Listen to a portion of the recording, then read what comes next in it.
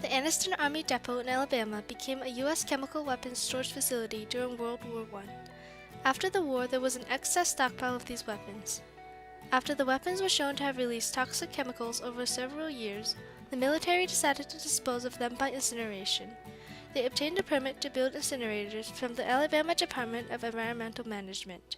The construction was set to start in June of 1997.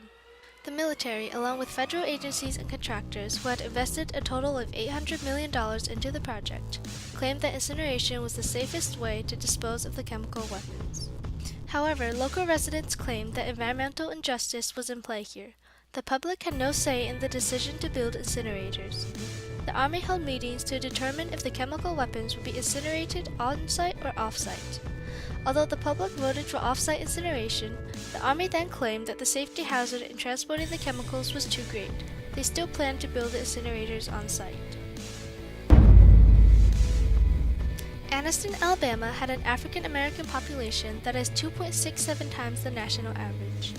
People described it as a human sacrifice zone because of its proximity to the toxic chemicals released by the weapons during their storage period, and because of the military's insistence in proceeding with on-site incineration, which would release more chemicals.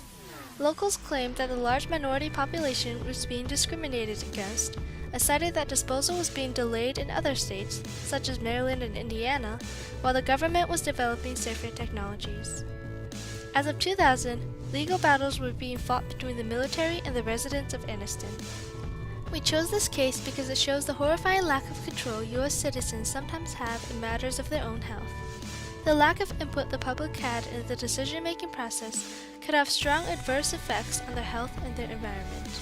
To work towards sustainability in the future, we should avoid so-called human sacrifice zones and dispose of hazardous materials in isolated locations.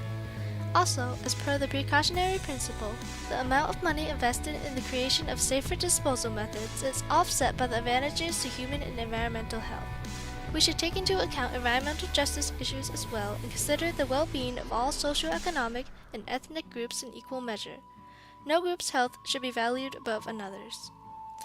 There are many ways by which we can create a more sustainable future by being aware of a project's possible effects on human and environmental health.